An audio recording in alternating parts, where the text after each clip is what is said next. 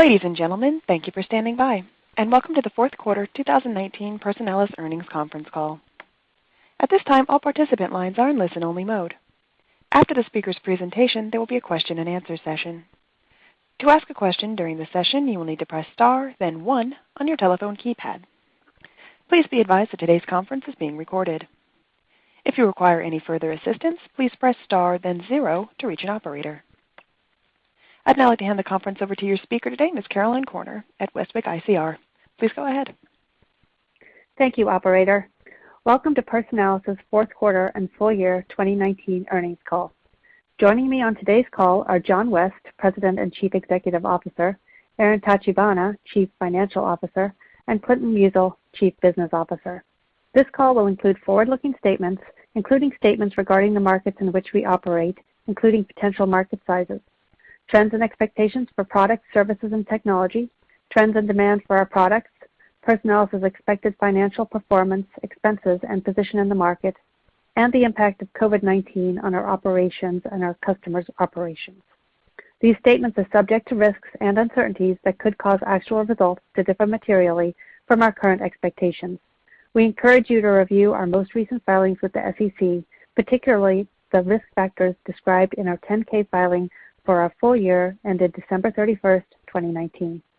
The forward-looking statements we provide during this call, including projections for future performance, are based on our reasonable beliefs and expectations as of today. Personalis undertakes no obligation to update these statements except as required by applicable law. Our press release with our fourth quarter and full year 2019 results is available on our website, www.personalis.com, under the Investors section, and includes additional details about our financial results. Our website also has our latest SEC filings, which we encourage you to review. A recording of today's call will be available on our website by 5 p.m. Pacific Time today. Now I'd like to turn the call over to John for his comments on fourth quarter and full year 2019 business highlights. Thank you, Carolyn, and welcome everyone to our fourth quarter and full year 2019 earnings call. Before going into detail on our performance in 2019, I would like to address the impact of COVID-19 on our organization. The virus has caused disruption across the globe, which affects us, our customers, and suppliers. First and foremost, we are focused on the health and well-being of our employees, their families, and our community. On March 16th, several counties within the San Francisco Bay Area issued orders for individuals to shelter at their place of residence, meaning people were to leave their homes only for essential purposes. For Personalis, this order meant we had to direct the majority of our employees to work from home, with the exception of those needed to keep laboratory operations running so we can support customers that are critical to the healthcare ecosystem.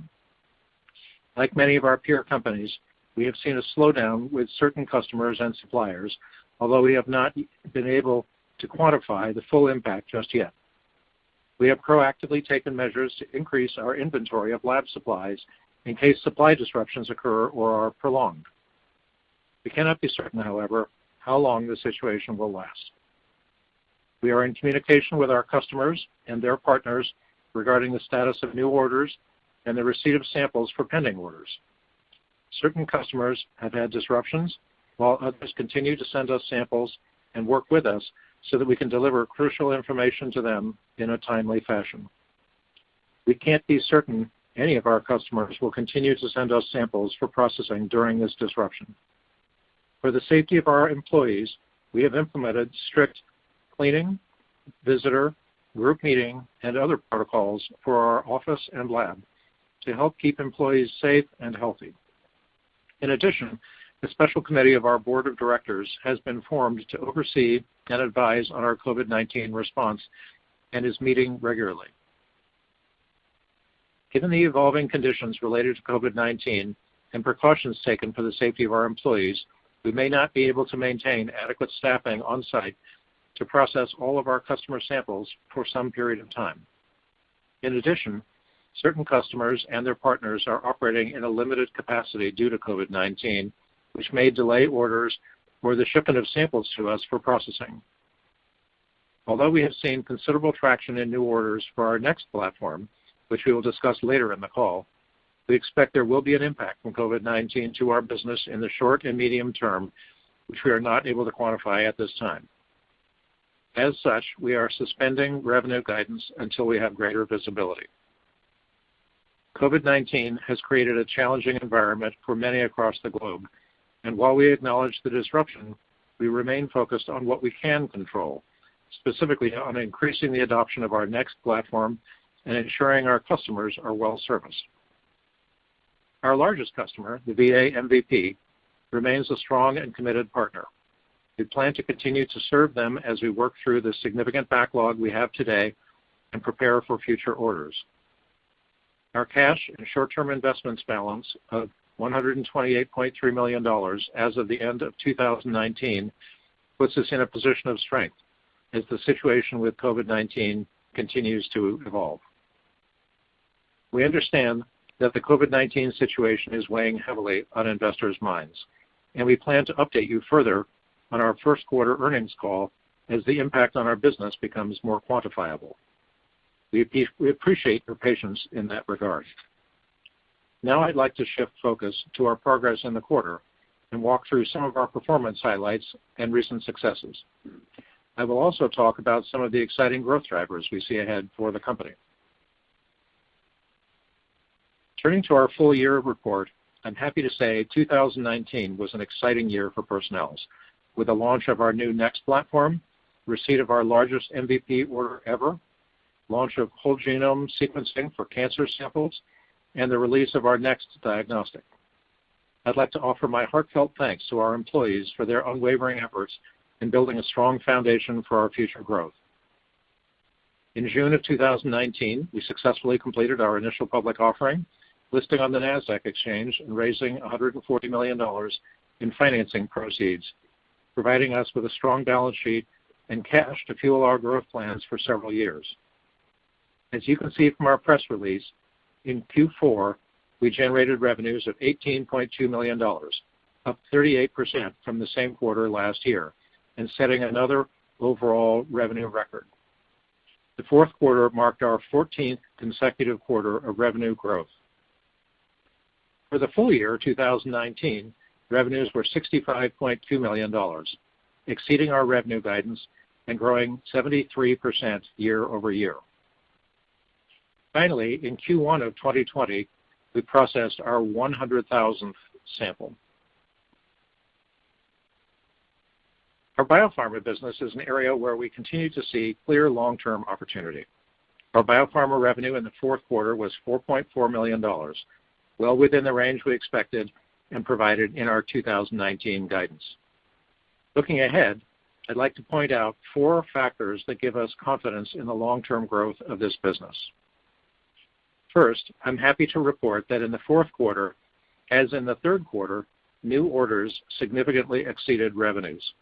In fact, orders were more than twice the amount of revenue in the fourth quarter.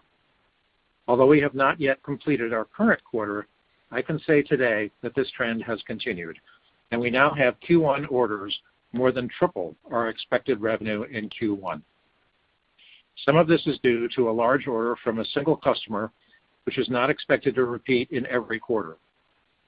Even without this large new order, though, our new orders are larger than the revenue we expect in Q1, as was the case in the third and fourth quarters of 2019 as well. As we have mentioned before, given the nature of our business, it takes time for an order to begin to convert to meaningful revenues, but this growth in orders gives us confidence in our future revenue stream. Second, you may recall that on our third quarter earnings call, I mentioned that we were in advanced discussions with 4 multinational pharma companies who were not customers in 2018. I'm happy to note that 2 of these 4 pharmaceutical companies placed orders with us in the fourth quarter, and through Q1 2020, as of this week, we have received orders from a few more large pharma customers. We expect to win additional large customers over the coming year, diversifying our customer base, driving growth, and reducing choppiness in our biopharma business over time. Third, as of the end of December, a total of 19 customers have now ordered Next, compared with the 10 we reported at the end of the third quarter. We continue to be pleased with how NeXT is being received by our existing and new customers. While it will take time for new customers to complete pilots because of the extensive data validation work they typically perform, we are pleased with the number of customers engaged and look forward to deepening our engagement with those customers over time. Lastly, in the fourth quarter, we continued to build out our commercial team as planned, hiring additional business development employees in both the U.S. and Europe. In total, at the end of 2019, our company had 182 employees compared to 130 a year ago. I'm happy to report that we have now grown our commercial team by 50% since the IPO, giving us a much stronger capability to connect with customers. With this foundation in place, we are well positioned for long-term growth within our biopharma business, but of course acknowledge that uncertainties related to COVID-19 will have an impact on our original growth plans for the back half of 2020. I'd now like to update you on the population sequencing part of our business and the solid progress we are making with the VA MVP. As you may recall, in the third quarter, we received our largest order ever from the VA MVP. We started working with the VA 8 years ago in 2012, and the program now represents our largest single source of revenue. The VA MVP project is one of the largest population sequencing efforts in history, with over 825,000 enrollees to date. Since 2013, Personalis has sequenced full human genomes from over 50,000 VA MVP samples, and our population sequencing business continues to be a significant growth driver for us. We value our business with the VA MVP tremendously, given the significant long-term revenue potential and the importance of their mission. Our engagement with the VA MVP has enabled us to invest in technology and build considerable scale and automation, allowing us to deliver high-quality genomic information both to the VA and other customers. As we've described before, we are continuing to work through our backlog with the VA MVP as we recognize revenue over the next several quarters. We expect the backlog to increase substantially if we receive an additional order under our current 4-year contract in Q3 of 2020, as has been the case historically. As a side note, we're excited to report that recently the White House submitted a budget which calls for continuing support of the MVP program at levels similar to prior years. We are in communication with the VA MVP about the currently evolving impact of COVID-19 on their organization. We look forward to maintaining our important relationship with them as they continue to deliver on their ambitious goals. Taking a step back, we increasingly see the VA MVP as just one example of the growing opportunities for us outside of cancer. While we focus on expanding our cancer technology and platforms, we feel we can leverage those same core capabilities in other domains. For example, we expect our experience with the MVP program to position us for future opportunities to work on other ambitious population sequencing efforts. We are focused on building out a commercial team to fully address these opportunities. We are well positioned in this multi-billion-dollar market with a large foundation of the VA MVP provides and expect opportunities in this area to fuel considerable long-term growth. Other examples include ongoing discussions with biopharmaceutical partners for application of our NeXT platform and analytics to therapy development for inflammatory diseases and genetic disorders. To capture more of these opportunities outside of cancer, we anticipate further expansion of our business development team and activities in this area. Before turning the call over to Aaron to review our financials, I'd also like to update you on 2 exciting new product initiatives that will allow us to expand our market and provide new proprietary products to our customers. I'm happy to report that since our last update, we launched our diagnostic readout on NeXT to be used by biopharma customers in clinical trials, as well as researchers with whom we collaborate. This better positions us to potentially develop a companion diagnostic and will help us continue to build our proprietary database. We also plan to offer this diagnostic to leading research centers, intending to build an undercurrent of clinical adoption.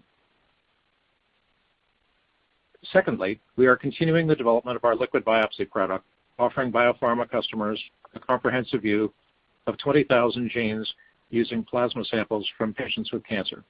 We look forward to bringing this to customers this year. We believe our liquid biopsy will be used in concert with and downstream of our tissue-based profiling assay. We think that with the liquid biopsy product in hand, our sales team will be able to better serve our existing tissue customers and win business from customers that need data from both tissue and blood. This represents a significant expansion of our current addressable market as customers gain the ability to test individual patients multiple times in a more practical manner than they can with tissue-based tests.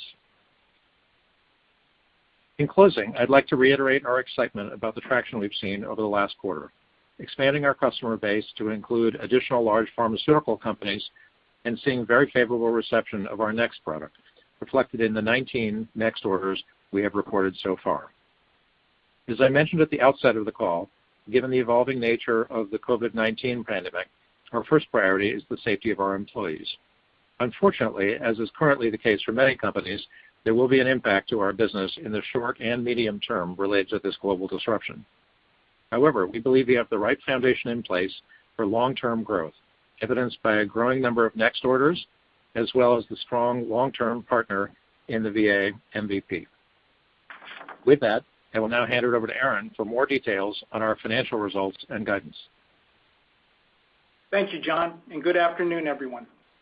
I will first provide an overview of our full year 2019 results and then more detail about the fourth quarter. 2019 was a great year for Personalis. We increased revenue 73% over the prior year and released 2 important new products for future growth. Our next platform was released in the first half of 2019, and we have seen great customer traction thus far, and also we completed the development of the next diagnostic test at the end of the year. In addition, we raised $140 million from our IPO last June, which provided us with the capital needed to invest in growth initiatives and also maintain a healthy cash position, which is very important during this time of uncertainty. Revenues for the full year of 2019 were $65.2 million, up 73% from $37.8 million in 2018, and exceeded the upper end of our guidance. The VA MVP revenues were $43.5 million for the full year of 2019, up 134% from last year, and biopharma revenues were $21.7 million for 2019, up 13% from last year. Gross margin for the full year of 2019 was 33.9% compared with 31.3% in 2018, and the increase was primarily due to operating leverage from higher volume, mostly from the VA MVP samples that we tested. Operating expenses, including R&D and SG&A, were $44.5 million for 2019, and net loss was $25.1 million, with a net loss per share of $1.39, based upon a weighted average share count of 18 million. Now on to details about the fourth quarter. Revenues for the fourth quarter of 2019 were $18.2 million, up 38% from $13.2 million for the same period of the prior year. The $18.2 million was a new record high for quarterly revenues. The sequential quarterly revenue growth was driven by an increase in volume for testing services provided to the VA MVP. For the fourth quarter, the VA MVP revenue of $13.8 million was 124% higher than $6.1 million for the same period of the prior year. The VA MVP unfulfilled orders at the end of the fourth quarter were $68.8 million, and based upon current estimates, we expect the unfulfilled orders to convert to revenue over approximately the next 5 quarters. Biopharma and all other customers accounted for revenues of $4.4 million for the fourth quarter, compared with $7 million for the same period of the prior year. Gross margin was 36.2% for the fourth quarter, compared with 32.8% for the prior quarter and 36.7% in the same period of the prior year. The VA MVP gross margins continue to be solid and were much higher than the corporate gross margin of 36.2% reported for the fourth quarter. The VA MVP, being higher volume and one service offering, has been automated and does not require a significant amount of labor compared with the biopharma sample test process. The fourth quarter sequential gross margin increase of 340 basis points was primarily due to a one-time cost reduction of approximately 550 basis points for certain materials, partially offset by underutilized direct labor and overhead from biopharma and also the mix of biopharma customer projects.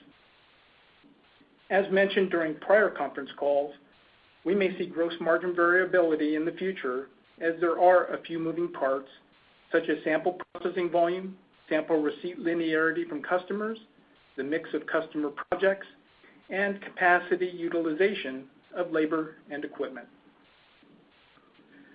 Operating expenses were $13.8 million in the fourth quarter compared with $8 million for the same period of the prior year. R&D expense was $7.4 million in the fourth quarter compared with $4.3 million for the same period last year. The majority of the increase in R&D was attributed to headcount growth in lab supplies for new product development. SG&A expense was $6.4 million in the fourth quarter compared with $3.7 million for the same period last year. Most of the spending increase was related to headcount growth and public company costs. Net loss for the fourth quarter was $6.6 million compared with the net loss of $3.6 million for the same period of the prior year. The net loss per share for the fourth quarter was 21 cents, and the weighted average basic and diluted share count was 31.2 million, compared with a net loss per share of $1.16 and a weighted average basic and diluted share count of 3.1 million for the same period of the prior year. The number of shares last year is significantly lower because it did not include the conversion of approximately 18.5 million shares of preferred stock, nor did it include the 9.1 million shares from the initial public offering.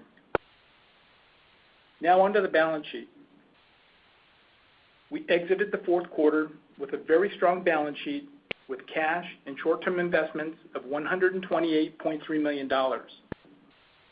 Fourth quarter cash flow from operations was positive $2.4 million, primarily due to prepayments received from the VA MVP, and we paid $1.9 million for capital equipment. For the full year of 2019, cash flow from operations was negative $18.1 million, and we paid $8.4 million for capital equipment additions. With a very strong cash position of $128 million, we have sufficient runway to operate over the next couple of years. Near term, we will be able to invest in critical areas and continue to hire exceptional talent so we can be well positioned to accelerate growth once the COVID-19 situation is behind us. Now for discussion about our guidance. Due to uncertainty from the COVID-19 pandemic, we are withdrawing the previous revenue guidance for fiscal 2020 that we provided during our last conference call. At this point in time, what we can tell you is that over the last couple of weeks, we have continued to receive customer samples and purchase orders, however, at a slower rate than we expected. In addition, we now have a limited number of employees working in our lab to process samples, which may affect near-term revenue. It's still too early for us to quantify the magnitude of this disruption or determine how long it will take to resume normal operations. Therefore, we are not providing 2020 guidance until we know more. We plan to provide an update to this information during our Q1 2020 earnings call. Now, I will turn the call back over to the operator to begin the Q&A session. Operator? As a reminder, ladies and gentlemen, if you would like to ask a question at this time, please press the star, then the number 1 key on your touch-tone telephone. To withdraw your question, press the pound key. Again, that is star, then 1 if you'd like to ask a question at this time. Please stand by while we compile the Q&A roster.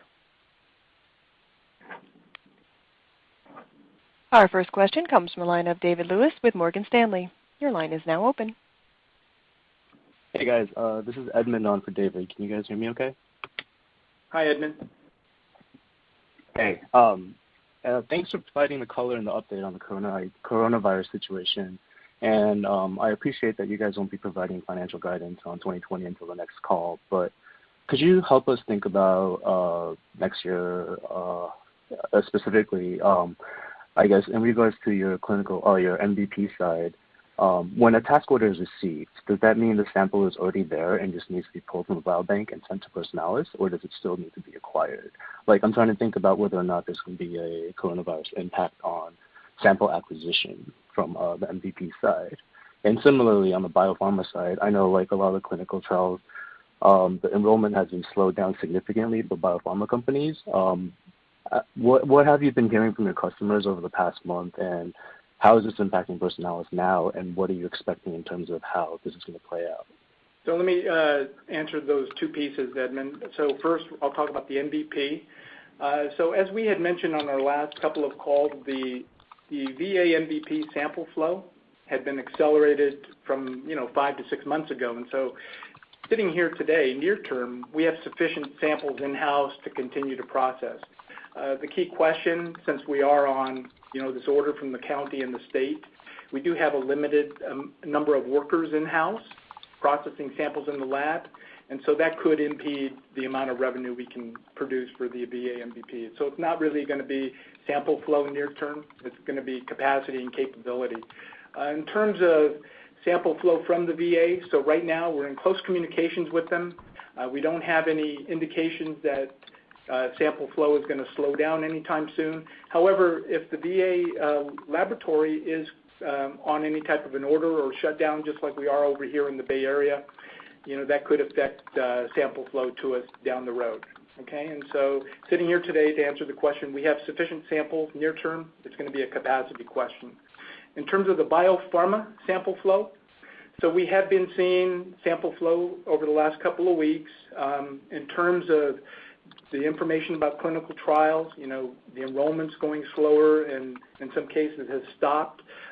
In terms of samples that are coming in, what we're going to do is prioritize those samples that are needed for our personalized cancer therapy customers, because patients in those trials are relying upon our customers to be able to manufacture a drug or a therapy quick for them. And so we're prioritizing those samples. Right now, we are seeing some sample flow. However, again, all of our customers and suppliers are taking measures to protect their employees, families, and the community, and so that could slow down over time as well. It's just too early for us to tell exactly what that magnitude is going to be or how long, but the way we see it, business is not going to go away. It's probably going to be shifting out to the right, so the growth curve is going to move out, and it's hard to tell. Is it 6 months? Is it 9 months? Right, but it is moving out based upon what we see today. But this is Clinton, just to be clear about the sample collection, the large majority of our samples have already been collected in both parts of our business. So the VA MVP samples have been collected, and the majority of the work that we do on the biopharma side is retrospective as well. So most of the samples have been collected. Got it. And in terms of the biopharma side, I'm assuming that retrospective studies are less affected by the coronavirus, we'll call it that, in terms of the processing samples. Can you give us a mix of where it stands today in terms of retrospective versus prospective? Yeah, so Edmund, in terms of the sample flow, that's generally correct. Retrospective are not going to be as problematic with this COVID-19 as prospective samples coming in. However, if our customers have to, go on lockdown or shut down some of their lab operations, or their suppliers, the CROs, have to shut down their operations, then it could affect the sample flow that comes into us eventually. Yeah, near term, as Clinton had mentioned, we do have samples in-house, but over time, that dynamic can change. In terms of the mixture today, so today more of our business is weighted towards retrospective in the biopharma business. It's still more than half on the retrospective side. Great. And in terms of your next DX test, your clinical test, how can we think about the revenue contribution and the ramping? And do you have any price points that you can give us, or plans to submit the panel to the FDA down the road? Hey, John, did you want to take that? Yeah, maybe I could answer that one. So we focused our Next DX test as being something we would use to work with pharmaceutical companies, and so this is that's really the positioning of the product to start with. It's for companies that, in fact, were already buying into the comprehensiveness of the Next platform, but then also wanted to be able to have a diagnostic test readout at the same time from the same very limited sample. So that's the positioning of that. We are interested in the regulatory path for that, and have been exploring that. We'll probably have more to say about that in future quarters. Great. Thank you very much, guys. Thank you, Edmund. Our next question comes from Derek DeBruin with Bank of America. Your line is now open. Hey, good afternoon. You mentioned that you've signed a couple of large pharma customers recently. You converted 2 of the 4 you were talking with. Can you sort of talk about what services they're buying, basically, sort of like what are the menus that they're choosing from you? Yes, this is John West. I'd say the area that we have seen the adoption that we're really happy about has been with our Next platform. And so this is our platform we introduced in the middle of last year that looks not only at all 20,000 genes in both the DNA and the RNA, but also provides a comprehensive view of the immune system with both the adaptive and the innate side of the immune system being captured. So that's probably our frontline product. There are cases where customers want to have subsets of that, or who are still working with earlier products that we have. But the real focus, and actually part of what we're probably most excited about, has been the adoption of the Next platform. So we mentioned 19 customers now having placed orders for Next. Obviously, a number of those are these large pharmaceutical companies that we also mentioned. And so how many of your prior customers did you step up to Next ID? Yeah, so when we talked last year about the business, I think we were saying we had between 45 and 50 biopharma customers, and so now we're saying that we have 19 customers who have been looking at, who have ordered our Next platform. So it's probably, approaching 40% in terms of numbers of customers at this point. I would say that there is, a lot of interest in the platform and the capabilities, and so unless people have a reason that they need to stay compatible with something with the prior platform, our existing customers who are already using our earlier generation often are quite interested in Next, and that is some of the adoption we see, and it's also new customers that are coming in because of Next. So on the Veterans Program, you mentioned that it got a incremental funding boost in the last budget. Can you talk a little bit more details? And I guess some of the questions I'm getting from clients are basically just wanting to know, how secure that funding is. It could be repurposed. I mean, basically, is there any indication at all from the Veterans Program that, money could be pulled from that program to go elsewhere, to be redirected in the current fight? So I would say, this is John, we have not seen any indication of that being repurposed. And to give you an idea, the new budget that was proposed by the White House would be for fiscal year 21, which could conceivably lead to a purchase order for us in September of 2021. And so that's a year and a half from now that the purchase order might come, or the new contract might come at that point. And then we would be talking about samples to be processed in the time following that. So it's that's some distance out. I think if there were going to be repurposing it, potentially could be from nearer term, current year budgets. But in fact, the contracts we have for those budgets are largely paid in advance, and we've largely received those payments at this point. So I think we're feeling pretty solid about that. I think that the Million Veterans Program is actually quite a priority for the VA, and the resources that are used for it largely are separate from the clinical resources of the Veterans Administration. Great. Thank you for the additional color on that one. And I guess I can appreciate the uncertainty and sort of, the situation. I mean, obviously all companies are going to be facing headwinds. I guess the question I want on if you have some, have some sort of sense on, are we looking for a I guess I'm just sort of giving us any sort of direction on the amount of decline you could possibly see, sort of based upon current trends. I mean, like, for example, we've heard that, like, wellness visits to diagnostic labs are down 50%, right? I mean, just sort of questioning, it's like, what are you sort of seeing in your current outlook or current thing like that to sort of give us any sort of direction for the next couple of quarters?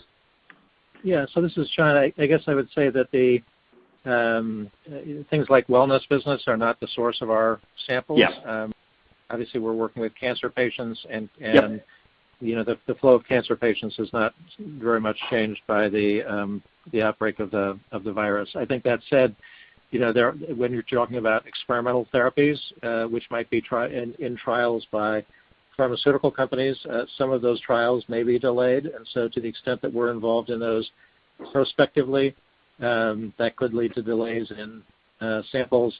And I'd also say that just many of our pharmaceutical customers, large fractions of their workforces are working from home, and so although we're actually still remarkably engaged with many of them, there are going to be things where you have to assume there will be slowdowns there, either in uptake of the platform, people adopting it for the first time, and that could be reflected a year from now, or people being able to get samples shipped to us if those samples are being held currently at CRO and the CRO is shut down, or that kind of thing. So I'd say that you were, I think, looking for some color on kind of the magnitude of all this, and I would say we're currently seeing shipment of samples from customers, and that some amount of that is continuing.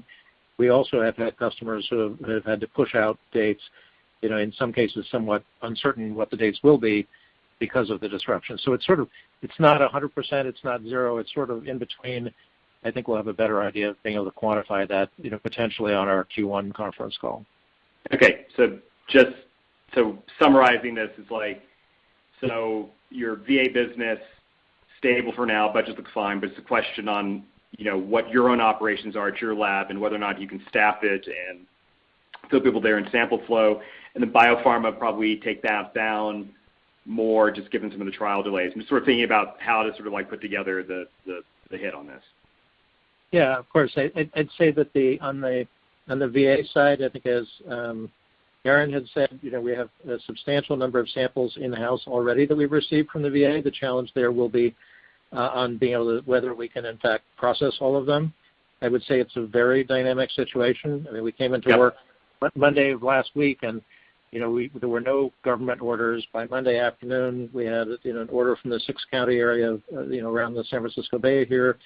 And then on Thursday evening, there was a new, different order from the state of California. So it's just a very dynamic situation. And it's not only the orders that affect our geographic location, but obviously there are governments around the world that are taking action, and we have customers who are located almost all around the world. So, it depends on what's happening in their countries as well, not just in the United States.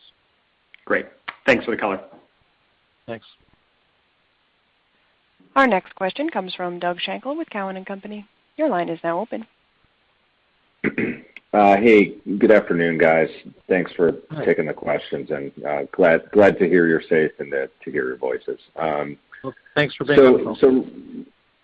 So recognizing most of your biopharma work is retrospective, as you mentioned a few times, and you have most of those samples, if not all of them, and recognizing that VA sample access is pretty streamlined at this point, is it fair to assume that the revenue timing, in trying to time the impact of COVID-19 on your company, it could be a little different for you than for others, in the sense that you have a little more control over Q2 because you have the samples? Obviously not perfect control, and there's a lot of unknowns out there.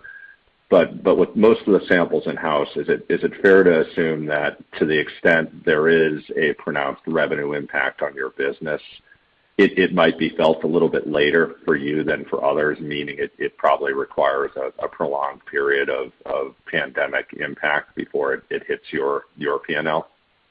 Yes, I think I want to be clear. Maybe I can answer that one. That when we talk about retrospective samples from biopharma customers, that it may be that the pharmaceutical company has the samples. That typically would be the case in a retrospective study.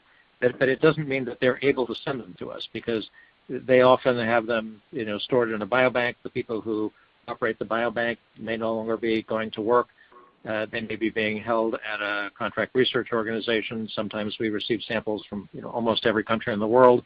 And so, those organizations are having delays or shutdowns. It can be a delay in us receiving samples. So although, it's not likely that there'll be so much delay in retrospective cases, obviously the samples already have been taken. So it's not that there's a delay in the samples being essentially created to start with, but the sort of chain of custody of those samples going from where they're originally collected to actually ending up at our laboratory can have a lot of steps, and we do see issues and delays with that chain. So I think we will have some impact from samples where our customer already has the sample, but they're already pushing out the data on which it'll get sent to us. Okay. Yeah, that's helpful. I mean, it sounds like a lower hurdle than having to go out and get a new sample from a patient in a prospective study, but still if a customer is shut down or folks are working from home, that's obviously going to have an impact. Okay, so I'm with you. That's helpful. Yep. Okay. Does the pandemic impact timelines for any pipeline products, including but not limited to your liquid biopsy product, which I believe was targeted for later this year? So yes, it does. Go ahead, John. I guess I'd say, this is it's actually a very, it's never good to have this kind of disruption, but whenever you're bringing out a product like that, there would be people who would be, busy in the lab working on, initial samples and characterizing them and getting ready for product launch and, analyzing that data and so forth. And, all of the activity that we can do remotely by computer, can continue. But the part where we're actually running samples and, typically at this stage of a product development, you're really trying to ramp up the number of samples you're characterizing and potentially working with collaborators and so forth. So, a lot of that really comes to a halt during this period of time. So it a little bit depends on how long this happens. We do have samples that we have run prior to this situation happening, so we have data to work with and so forth. The product development is not halted, but there definitely is a delay there. We're still thinking about that being released in 2020, but I'd say we really can't say for sure because we don't know how long this situation with COVID-19 is going to happen. Understood. Has your ability to have discussions with existing customers about expanding into new programs or new potential customers, I imagine that's been impacted, but I also wonder if there's some potential for you to move those discussions forward, maybe not in person, but, kind of along the lines of what you've just described while folks are working from home. I mean, I guess a long-winded way of saying, does the selling process have to come to a halt, or have you found ways to keep that going even with folks working remotely? Yeah, so absolutely. I think we've been on more video conferences in the last 2 weeks than you can shake a stick at. So I'd say that Same here. Yeah, you probably have been too. I'd say with existing customers where we already have a relationship, then if we're talking about new things and so forth, there's obviously a lot of engagement with those customers, and some of those kinds of discussions can continue. There's probably a percentage reduction, but in general, those can continue. But we also talked quite a bit in our script about adoption of NeXT by new customers who have never worked with us before. And in those cases, getting in front of somebody in person and walking them through things and be able to answer their questions in real time and the feedback, the back and forth discussion, that's pretty important. And so I think when we look at the impact of COVID-19, obviously we're doing everything we can to minimize that. But I think part of it is not just which samples show up on which day in the next 1 or 2 or 3 quarters, but also, what's the adoption of by completely new customers to us. And if that's adoption that would have happened this year as orders, that could be revenue that happens in 2021. So it's a little longer term there. So I think we're kind of thinking about this as something, as Aaron described, where the revenue growth curve as we look forward, probably shifts to the right by some amount, and it depends a little bit on how long this process goes on.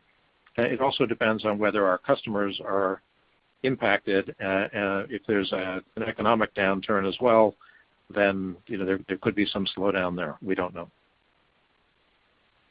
Okay, that's all really helpful. Thanks for taking all the time to think through this with us, and I know it's a difficult and fluid situation. So thanks, guys. Thanks, Doug. Thanks, Doug. Our next question comes from Kevin DeGeeter with Oppenheimer. Your line is now open. Hey, thanks for taking my questions. During the prepared comments, you called out some opportunities to expand the biopharma business into indications outside of oncology, I believe inflammatory disease and genetic disorders among potentially others. As we think about the current product menu, are there specific components of the menu that you really lead with in your discussions outside of oncology that, and probably more to the point of our thinking, how do we think about the need for potential menu expansion to really kind of capitalize on some of those additional opportunities? Yeah, Kevin, thanks for being on the call this afternoon. I'd say one of the reasons that we've begun to pay more attention to that is that customers started to approach us and say, gee, we saw you have this product and you're maybe working with people in our pharmaceutical company in cancer, but actually we could also use that in these other areas. So I think the initial opportunity that we're seeing is something where we work with the existing products we have, sometimes with maybe some changes in the informatics and reporting and so forth, but that many of the kind of capabilities we have from an assay standpoint or a laboratory standpoint or workflow standpoint, many of those are applicable to these other areas. So I think what we're seeing is an opportunity where there may not need to be a long new product development to address those markets. We may be able to at least begin making progress in those markets. In fact, we've been beginning to see some progress there using products that we already have. I would say one of the things that's interesting is, as you know, in cancer, we've focused a lot on immuno-oncology, but of course the immune system is really important in a lot of other diseases as well. And so our ability to see that and to combine those genetics with the genetics that we're seeing that would impact the other aspects of the disease is quite helpful. And in many of these diseases, the RNA side of what we do is also tremendously informative. And so the combination of those capabilities that we have lets us address these other opportunities, in some cases with a more or less our existing products. If the opportunities get to be larger, we'll think about menu expansion, but even with the existing menu, we think there are opportunities.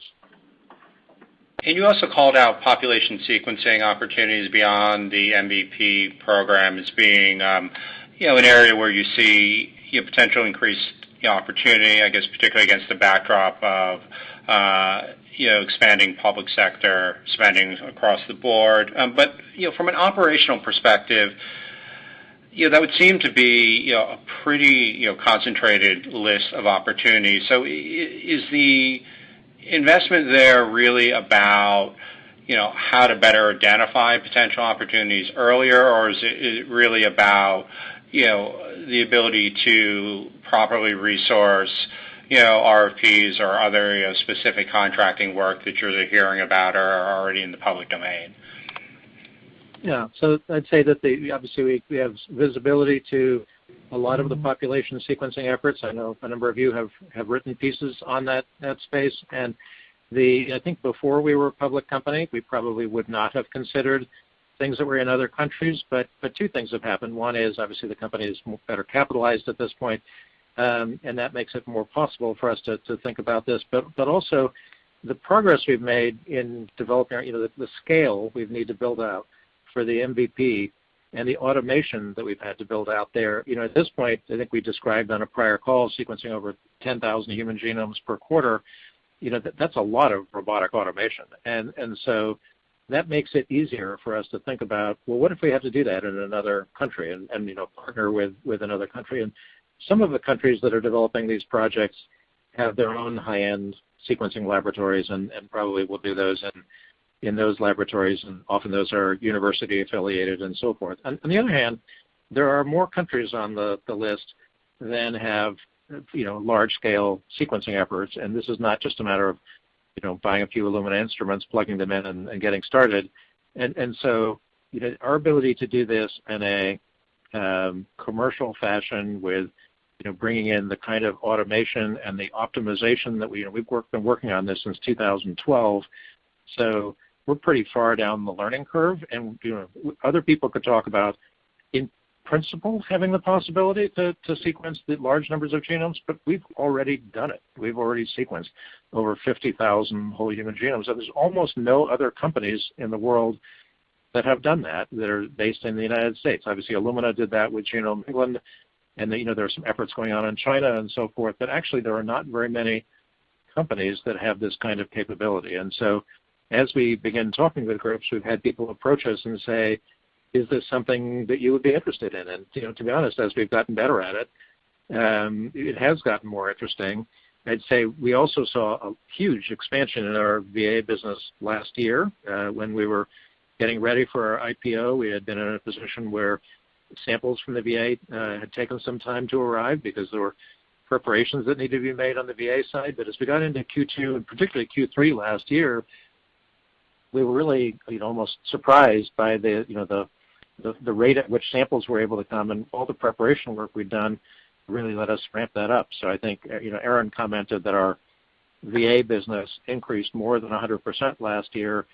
It's clear that happened not only because of the availability of samples, but our ability to process them. And so I think we see that there's a capability, and that it's something we've gotten good at, and there's a need for it, and we're more open to thinking about operating in multiple countries now than perhaps we would have been prior to our IPO. Makes sense. And then maybe just a housekeeping question for me. You did call out one large order in 1Q that may not repeat.